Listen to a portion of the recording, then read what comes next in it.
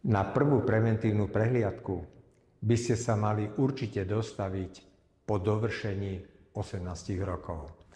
Pozor, ale to neznamená, že vás gynekolog nezoberie aj skôr.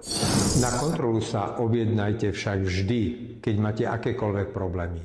Bolesti, poruchy s menštruáciou, krvácanie, svrbenie, výtok.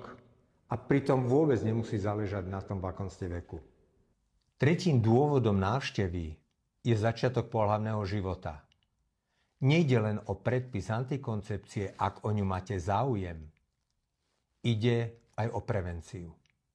Gynekolog vám vysvetlí, ako sa môžete chrániť napríklad pred pohlavnými chorobami, poradí vám v otázke intimného zdravia, alebo sa ho opýtate na všetko, čo vás zaujíma a na všetky otázky, ktoré ste si ešte predtým pripravili.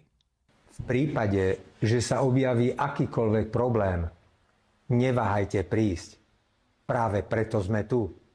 Ak vás zaujímajú naše tipy o gynekologickom zdraví, sledujte ďalej náš profil Gynekológia bez obáv.